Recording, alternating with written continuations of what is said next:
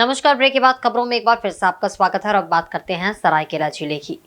15 सितंबर को जमशेदपुर में प्रधानमंत्री नरेंद्र मोदी का प्रस्तावित कार्यक्रम ऐतिहासिक होने जा रहा है। झारखंड के लोगों में उत्साह का माहौल है। ये पल किसी उत्सव से कम नहीं होगा। ये बातें झारखंड के पूर्व मुख्यमंत्री सह भाजपा नेता चंपई सोरेन ने कही। प्रधानमंत्री नरेंद्र मोदी के प्रस्तावित कार्यक्रमों को लेकर चंपई सोरेन ने समर्थकों के साथ बैठक कर सफल रणनीति तैयार की। उन्होंने बताया कि 40,000 से भी अधिक कार्यकर्ता सरायकेला, खरसवा, राजनगर समेत विभिन्न क्षेत्रों से प्रधानमंत्री के कार्यक्रम में शामिल होकर हिस्सा बनेंगे। चंपई सोरेन ने कहा कि इस कार्यक्रम से पूरे झारखंड के लोगों में उत्साह का माहौल है। तीसरी बार प्रधानमंत्री बनने के बाद नरेंद्र मोदी पहली बार कोल्हान की धरती पर आ रहे हैं। उनके स्वागत में कोई कसर नहीं छोड़ा जाएगा। पूर्व मुख्यमंत्री ने कहा कि नरेंद्र मोदी वंदे भारत समेत कई योजनाओं की सौगात देंगे। प्रधानमंत्री आवास समेत कई योजना परिसंपत्ति का भी वितरण होगा। उन्होंने कोल्हान क्षेत्र के लोगों से अपील की है कि वे बड़ी संख्या में इस कार्यक्रम में शामिल हो। कार्यक्रम आयोजन को लेकर आयोजित बैठक में मुख्य रूप से 20 सूत्री प्रखंड अध्यक्ष CK गोराई, गुरु प्रसाद महतो, रंजीत प्रधान समेत अन्य उपस्थित थे।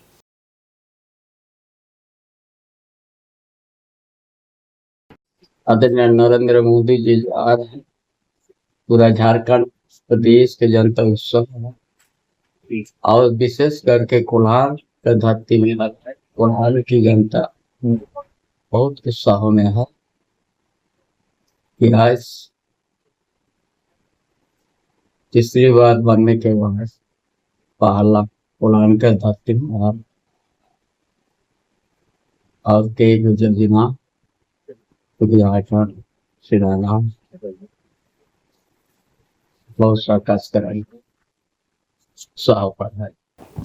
रांची के सेक्टर 2 रशियन हॉस्टल के पास स्थित पुराने विधानसभा मैदान में बन रहे दुर्गा पूजा पंडाल के निर्माण कार्य पर शुक्रवार को पुलिस ने रोक लगा दी।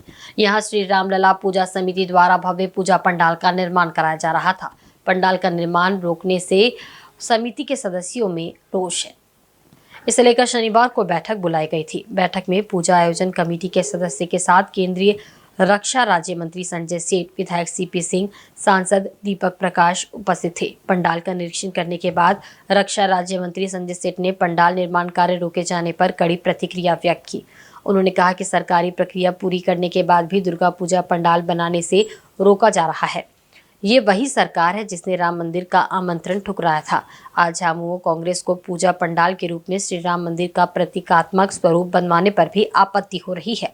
झामुमो कांग्रेस की सरकार की नीति को देख लग ही नहीं रहा है कि हम झारखंड में हैं। ऐसा लग रहा है जैसे हम इस्लामी शासन वाले राज्य में हैं। इन्हें याद रखना चाहिए कि दुर्गा पूजा पंडाल का निर्माण रोकना इस सरकार के लिए हितकारी नहीं होगा।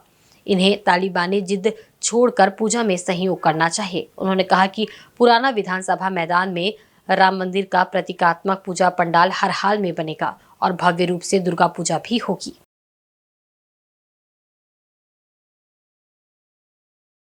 कि स्थानीय प्रशासन और स्थानीय सरकार पूजा समिति को डरा रही है कि तुम राम मंदिर का प्रारूप क्यों बना रहे हो।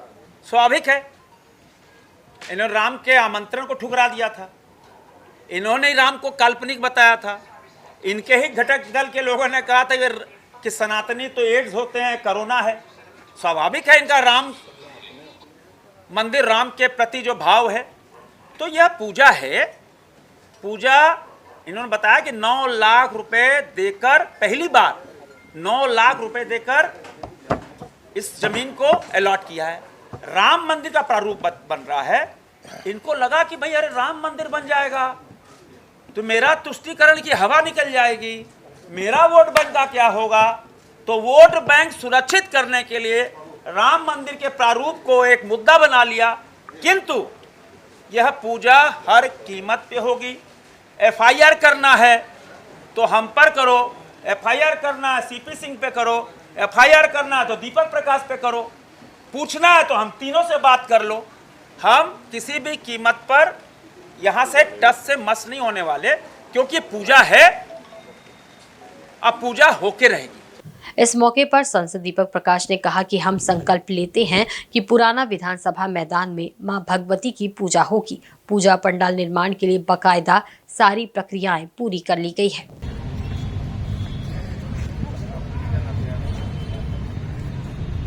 भूल जाते हैं। जय जय सीताराम। के साथ खिलवाड़ करने वाला वो विनाश काले विपरीत बुद्धि आया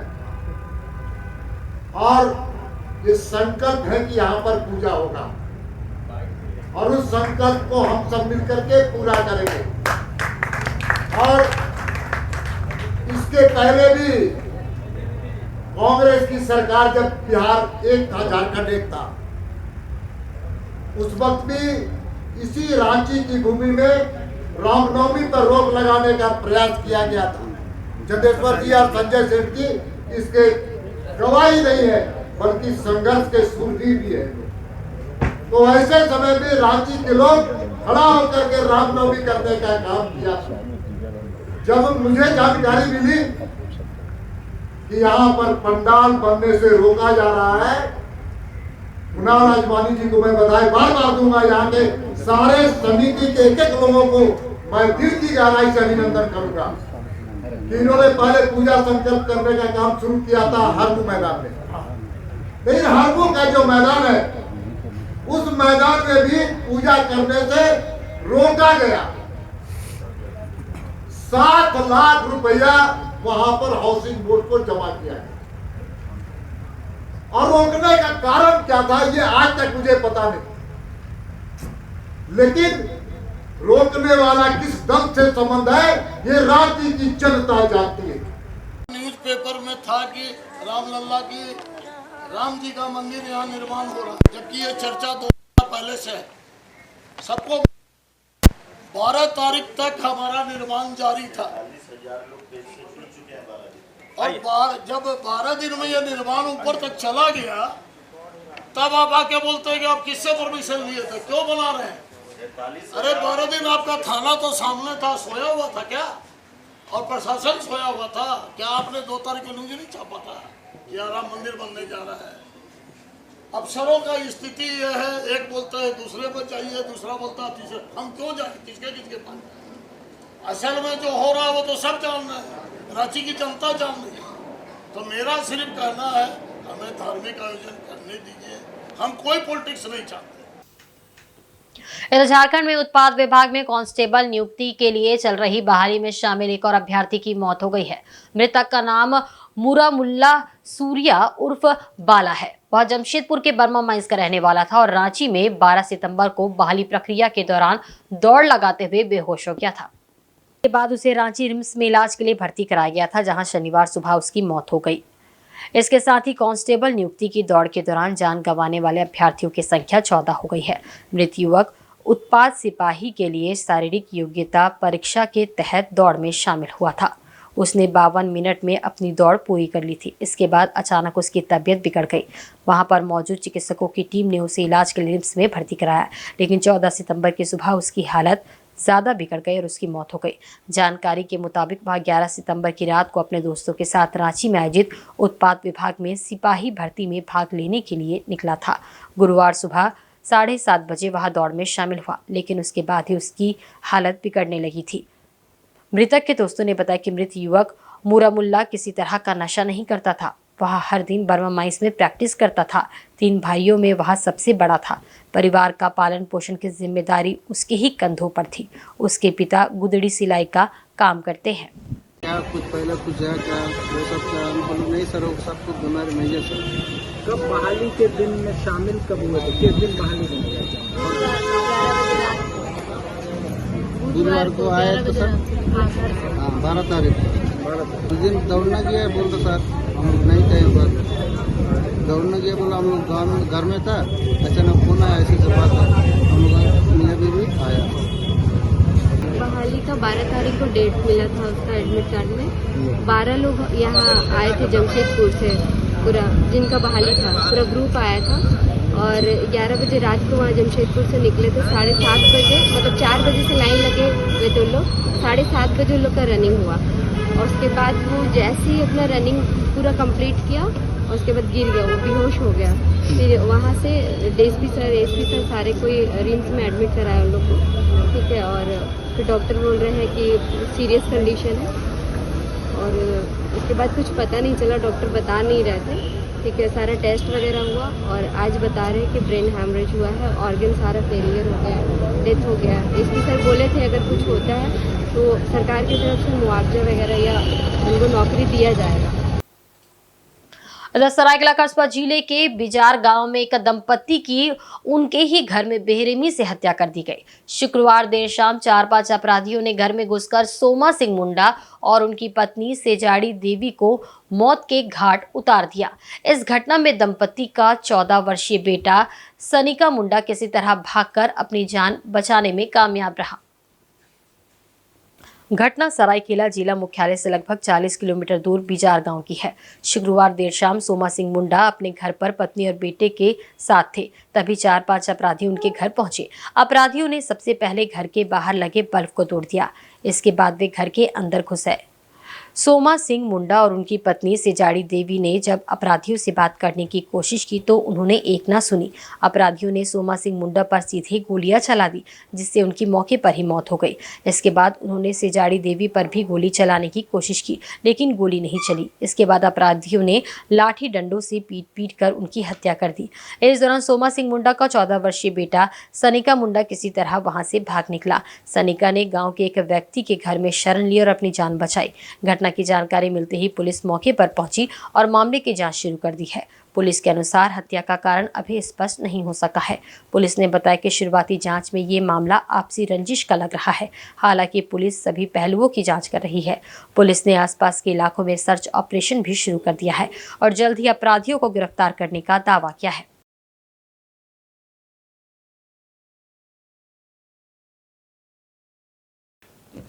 वहीं रांची स्थित विकास भवन सभागार में शनिवार को हिंदी दिवस मनाया गया। कार्यक्रम का आयोजन प्रमंडलीय राजभाषा दक्षिणी छोटा नागपुर प्रमंडल रांची और जिला प्रशासन के संयुक्त तत्वावधान में किया गया। समारोह का उद्घाटन प्रमंडलीय आयुक्त अंजनी कुमार मिश्र ने किया।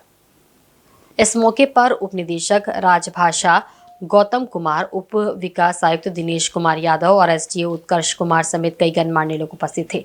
समारोह को संबोधित करते हुए आयुक्त अंजनी कुमार मिश्र ने कहा कि हिंदी भाषा देश को एकता के सूत्र में बांधती है। यही वजह है कि स्वतंत्रता संग्राम में भी हिंदी में अपनी महत्वपूर्ण भूमिका निभाई थी। उन्होंने कहा कि 14 सितंबर 1949 को देश ने हिंदी को भाषा और देवनागरी को लिपि के रूप में अपनाया। आयुक्त ने कहा कि वर्ष 2011 की जनगणना के अनुसार हिंदी बोलने और समझने वाले लोगों की आबादी 69% थी। उन्होंने उम्मीद जताई कि ये आंकड़ा वर्तमान समय में 75% को पार कर चुका होगा। मौके पर उप विकास आयुक्त दिनेश कुमार यादव और उप निदेशक राजभाषा गौतम कुमार ने कहा कि हिंदी भाषा एक दूसरे को जोड़ने का काम करती है। 14 सितंबर को हिंदी दिवस देश के साथ दुनिया के कई देशों में मनाई जाती है। हिंदी अंतरात्मा की भाषा है। आपका अस्तित्व किस भाषा से जुड़ा हुआ है? आप गौर करेंगे इस बात पे, कभी भी आपको गुस्सा आता है, कभी भी आप भावुक होते हैं तो आपके मुंह से सिर्फ वही शब्द निकलेंगे जो आपके अंतरात्मा में बसे हैं, जो कि आपकी खुद की भाषा है। ठीक है, तो सभी से मेरा अनुरोध है कि हिंदी को अपने मस्तिष्क में अच्छी जगह दें, अपने दिलो दिमाग में अच्छी जगह दें और ख़ास तौर पे अपने बच्चों को अच्छी शिक्षा दें और उनको ये बताएं कि आप असल में हैं क्या, आपको कौन सी भाषा सीखने की ज़रूरत है। मेरा भी छोटा बच्चा है, अभी 2 साल का है, तो मेरी और मेरी वाइफ की तो लड़ाई इस बात पे होती है कि वो चाहती है कि उसको अंग्रेज़ी और हिंदी सिखाए, मैं बोल नहीं उसको राजस्थानी सिखाइए, क्योंकि मुझे लगता है कि उसकी जड़ जो है वहाँ पे है। तो सबसे पहले उसको वो आना चाहिए, उसके बाद हिंदी और उसके बाद अंग्रेज़ी और जो भी अन्य भाषाएं हैं। तो मुझे लगता है सभी को इस प्रकार करना चाहिए। हालांकि मेरी सोच है, और न केवल हिंदी बल्कि हमारी जो और भी क्षेत्रीय भाषाएं हैं उनको भी उनका सम्मान मिलना चाहिए। आप देखेंगे कि शुरू में जो स्वतंत्रता आंदोलन हुआ उसका नेतृत्व कुछ वकीलों के हाथों में था, जो अंग्रेजी भाषा में या फिर उसी से वो जनता को, आम जन को प्रेरित करते थे, लेकिन जो प्रभाव होना चाहिए था वो नहीं हुआ। 1916-17 के आसपास ये रियलाइज किया गया कि एक भाषा होनी चाहिए जिसके माध्यम से पूरे देश को एकता के सूत्र में हम लोग निरूपित कर सके। और उसके बाद फिर इसका इम्पोर्टेंस पता लगा कि नहीं, हिंदी में होना चाहिए। सबसे पहले इसके प्रणेता रहे हैं महात्मा गांधी, जिन्होंने कहा कि हिंदुस्तानी लैंग्वेज पूरे भारत में यूज होना चाहिए, जो कि बाद में कालांतर में हिंदुस्तानी, चूंकि ये मिश्रण था हिंदी और उर्दू का, फिर रिजोल्यूशन हुआ 14 सितंबर 1949 में। हालांकि उस समय महात्मा गांधी राष्ट्रपिता हम लोग के बीच नहीं थे, कि हिंदी को हम लोगों ने, हिंदी भाषा और देवनागरी लिपि को हम लोगों ने अडॉप्ट कर लिया। आज के दिन में पहले इंग्लिश में आप टाइप करते थे, फिर मान लिया गूगल में अगर आप टाइप किया तुरंत आता था इन्फॉर्मेशन। आज आप हिंदी में टाइप कीजिए और हिंदी के यूजर्स ऑलमोस्ट इंग्लिश से क्रॉस कर चुके हैं। यही इंपॉर्टेंस हम लोगों का कि आज हिंदी दिवस के उपलक्ष्य में सब विदित है कि संविधान के 343वें एवं 341वें के अंतर्गत हिंदी भाषा को राजभाषा का मान्यता मिला है। राजभाषा यानी जिसमें हम लोग अपने राजकाज के कामों को करते हैं। हम सभी अपने जितने भी ऑफिशियल काम करते हैं उसमें मैक्सिमम हम लोग हिंदी भाषा का उपयोग करते हैं। ज़्यादातर हम लोग हिंदी भाषा का ही उपयोग करते हैं। जब से हमारा इसी उद्देश्य से हम लोग राष्ट्रीय हिंदी दिवस का इतिहास 14 सितंबर 1949 से शुरू होता है। इस दिन भारत की संविधान सभा ने देवनागरी लिपि को आधिकारिक भाषाओं में से एक के रूप में अपनाने का ऐतिहासिक निर्णय लिया था। हिंदी दिवस समारोह के दौरान कवि गोष्ठी का भी आयोजन किया गया। इस मौके पर कवि और कवियत्रियों ने अपने गीत के माध्यम से लोगों को मंत्रमुग्ध कर दिया।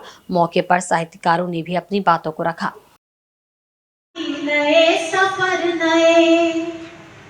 नई चेतना के स्वर, नए बदलाव के भ्रमर, नई दिशा को जा रहे राही, नए सफर नए तज करते मेरे को बढ़ रहे। थोड़ा तालियों से साथ दीजिए। तज करते मेरे को बढ़ रहे, ऐसे बताइए 1 2 3 4। तज करते मेरे को बढ़ रहे, नए गीत शब्द गढ़ रहे। तज करते मेरे को बढ़ रहे, नए गीत शब्द गढ़ रहे। नए रोशनी के अर्थ भी मन प्राण से समझ रहे। उल्लास के असर नए, प्रकाश के भ्रमर नए, नई दिशा को जा रहे राही, नए सफर नए।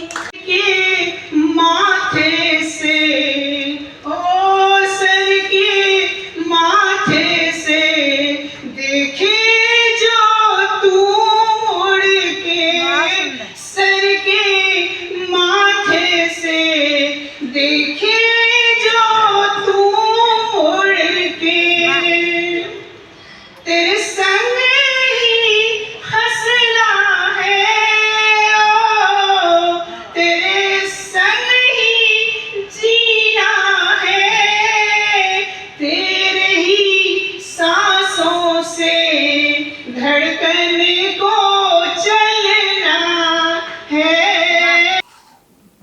जमशेदपुर के मानगो डिमना रोड स्थित बिग बाजार के समीप शनिवार सुबह एक तेज रफ्तार कार ने स्कूटी को टक्कर मार दी और फरार हो गया। इस दुर्घटना में 2 स्कूल जा रहे भाई बहन घायल हो गए। दोनों का इलाज एमजीएम अस्पताल में चल रहा है। दोनों को गंभीर चोटें आई है। मिली जानकारी के अनुसार दोनों बच्चों को उनके चाचा स्कूटी से स्कूल छोड़ने जा रहे थे। तभी मानगो थाना क्षेत्र के बिग बाजार के समीप अचानक आई कार ने उनकी स्कूटी को टक्कर मार दी, जिससे बच्चे घायल हो गए। घायल बच्चों को इलाज के लिए एमजीएम अस्पताल पहुंचाया गया। बच्चे मानगो के केरला पब्लिक स्कूल में पढ़ते हैं। घटना में कार सवार युवक रुका जरूर, अभिभावक को एमजीएम अस्पताल आने की बात कहकर चलता बना। घायल बच्चों में 8 वर्षीय अंश गुप्ता और उसकी 17 वर्षीय बहन रिद्धि गुप्ता शामिल है। दोनों लिमना चौक के रहने वाले हैं। अंश को सिर और उसकी बहन रिद्धि को चेहरे पर चोट लगी है और उसका एक पैर भी टूट गया है। बच्चों के पिता आयुष गुप्ता ने बताया कि अंश मानगो केरला पब्लिक स्कूल में 2री कक्षा का छात्र है और बेटी 10वीं कक्षा की छात्रा है। उन्होंने मानगो थाना में लिखित कार सवार के खिलाफ शिकायत दर्ज करा दी है।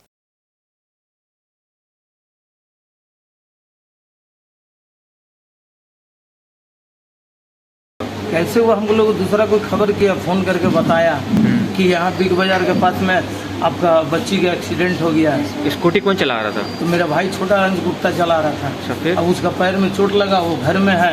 अब वहाँ से सब लेकर के गए, अभी हम लोग लेके आए, अभी सीटी स्किन हुआ है पैर, कमर का हड्डी। जो कार मार पकड़ा गया क्या? नहीं, नंबर वो वहाँ गाड़ी का है, थाना में हम लोग लिख के दे दिया। थाना में दिए? कौन थाना? मानगो थाना में। कार भाग गया मार के। हाँ। ये लोग कहाँ से कहाँ जा रहे थे? दिमना चौक से 17 नंबर KPS स्कूल जा रहे हैं। अच्छा, कितनी क्लास पढ़ाई करते हैं ये बाबू? ये मैट्रिक का दे, 10 में है ना, 10 में। 10 में बाबू? वो कितना 3 में 4 में? 4 क्लास में? 2 में है। कार भाग गया मार के। चक्रधरपुर के चैनपुर गांव के लोग आज बेहद खुश हैं और अपने गांव के एक बेटे पर काफी गर्व महसूस कर रहे हैं। और गर्व हो भी क्यों ना, क्योंकि उनके गांव का एक बेटा देश की सेवा और सुरक्षा के लिए सेना में लेफ्टिनेंट अधिकारी के पद पर चयनित जो हो गया है। इससे पूरे गांव में खुशी का माहौल है। ग्रामीणों की आंखों में खुशी के आंसू छलक रहे हैं। जी हां, हम बात कर रहे हैं चक्रधरपुर के चैनपुर गांव में किसान परिवार में जन्मे राहुल प्रधान की। राहुल प्रधान ने अपनी काबिलियत के बल पर भारतीय सेना में लेफ्टिनेंट अधिकारी के पद पर चयनित होने का गौरव हासिल किया है। राहुल को ये मौका NCC कैडेट के तौर पर मिला है। राहुल ने NCC कैडेट्स को भारतीय सेना में मिलने वाली स्पेशल एंट्री स्कीम का लाभ उठाया है और इस अवसर का लाभ पाने के लिए दिन रात मेहनत की। कई तरह के कठिन ट्रेनिंग को पार करते हुए सैकड़ों हजारों की भीड़ में खुद को बेहतर साबित करते हुए उसने सेना में लेफ्टिनेंट अधिकारी बनने का गौरव हासिल किया है। राहुल की इस उपलब्धि को लेकर गांव में मिठाई बंट रही है। राहुल प्रधान ने राष्ट्रीय स्तर पर हुए NCC स्पेशल एंट्री की परीक्षा में 55वां रैंक हासिल किया है। ये रैंक हासिल करना इतना भी आसान नहीं था, लेकिन उसने कभी हार नहीं मानी। उसके अंदर देश की सेवा और माता पिता और अपने क्षेत्र को गौरवान्वित करने का एक जुनून है, जिसके कारण वह हर कठिन परीक्षा को भी सफलतापूर्वक पार करता हुआ आगे बढ़ा और आज भारतीय सेना में लेफ्टिनेंट अधिकारी के तौर पर उसे एक नई पहचान मिल गई है। राहुल प्रधान ने अपनी प्राथमिक शिक्षा चक्रधरपुर के सर्वो लिटिल पर्स स्कूल और संत मेरी स्कूल से प्राप्त की है। इसके बाद माध्यमिक शिक्षा संत जेवियर स्कूल से प्राप्त की। यहाँ से वे उच्च शिक्षा के लिए आंध्र प्रदेश और उड़ीसा गए। वे भद्रक NCC 7वीं बटालियन के सदस्य रहे। यहीं उनका ट्रेनिंग का आधार ऐसा तैयार हुआ कि आज वे एक सेना के अधिकारी बन गए हैं। राहुल प्रधान के पिता अजीत पाल प्रधान एक सामान्य किसान हैं। बड़ी मुश्किल से खेती किसानी कर वे अपने घर परिवार का भरण पोषण करते हैं। वहीं माता सुलोचना देवी एक गृहिणी हैं। मुझे तो बहुत खुश लग रहा है सर, जो भी अच्छा ही काम के लिए वो सिलेक्ट हुआ है, अच्छा काम करने के लिए वो इच्छुक था, उसीलिए बहुत अच्छा ही जो उसका जो देश को सेवा देने वाला है, देश में अच्छा से ही सेवा करेगा सर।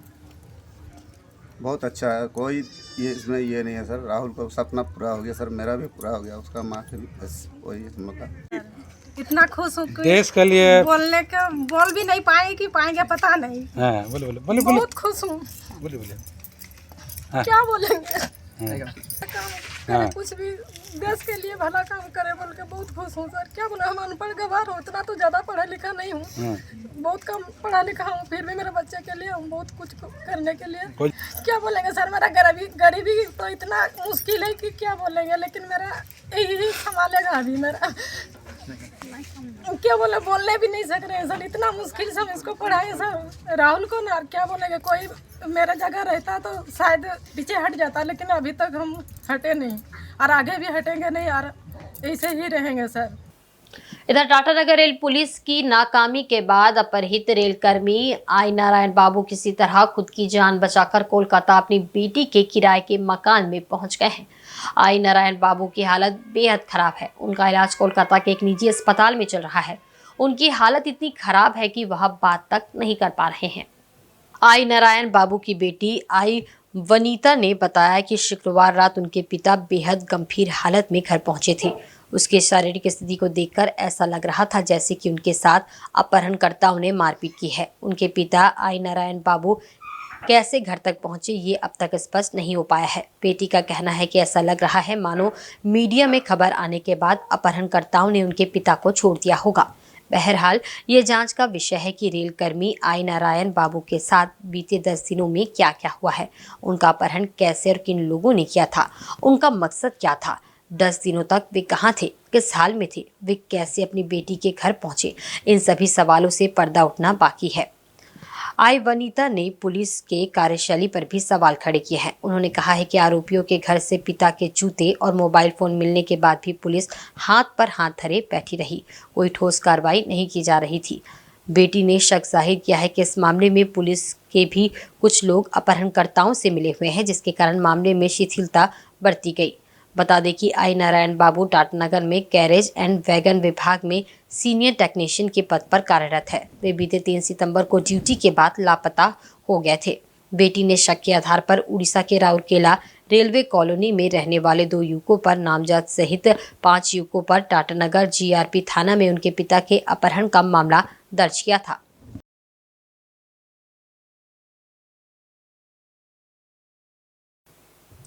और सरायकेला खरसुआ जिला के ईचागढ़ व कुकड़ू सहित आसपास के क्षेत्रों में शनिवार को हर्षोल्लास के साथ करम पूजा का आयोजन किया गया। आदिवासी समाज व अन्य समाज के द्वारा करम राजा की विधि विधान से पूजा की गई। जुड़िया, पीली, सालुकडी, डुमरा, कुटाम, सोडो सहित लगभग सभी गांवों में करम पूजा की धूम रही। आंगन में करम डाली काटकर जावा डाली को रखकर कुंवारी बालाओं ने उपवास रखा और विधि पूर्वक करम पूजा की। करम डाली को करम गीत गाते हुए घर के आंगन में लाकर गाड़ा गया।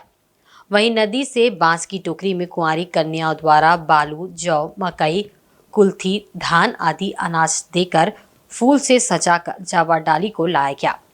बालू से भरे जावा डाली में जौ आदि उगने के लिए 3 दिनों तक छोड़ दिया जाता है। रात को कन्याएं व महिलाएं करम गीत गाकर डाली में अनाज उगाने की कामना करते हैं। जावा डाली को करम डाली के पास रखकर पूजा अर्चना के बाद पुजारी द्वारा करम राजा की कथा सुनाई गई। कन्याओं ने पूजा के बाद करम राजा को खुश करने के लिए करम अखाड़ा में करम गीत के साथ करम नृत्य किया। बता दें कि भाई बहनों के अटूट प्यार व अच्छी फसल के लिए ये पूजा की जाती है। वहीं इसे प्राकृतिक पूजा के रूप में पूरे झारखंड में मनाया जाता है। गांव में करम पेड़ पर बैठना, चौकी आदि निर्माण करना वर्जित है।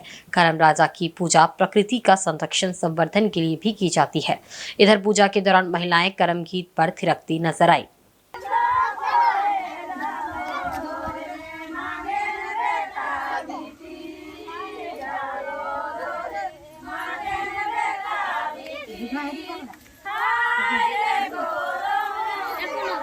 आज हम करम पूजा के बारे में बताने जा रहे हैं। आज हम लोग का करम पूजा है और 3 दिन पहले हम लोग नदी से बाली उठाते हैं और आज पूजा है।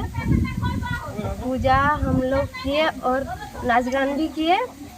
रात को भी नाच गान होगा और हम लोग कल करम को भसाएंगे। पूजा एक प्राकृतिक पूजा है। ये पूजा कुंवारी लड़कियां करती हैं और करम पूजा करने से फसल अच्छा होता है। और आज के बुलेटिन में बस इतना ही। कल फिर हाजिर होंगे कुछ नई खबरों के साथ। तब तक देखते रहें इनसाइड झारखंड न्यूज़। नमस्कार।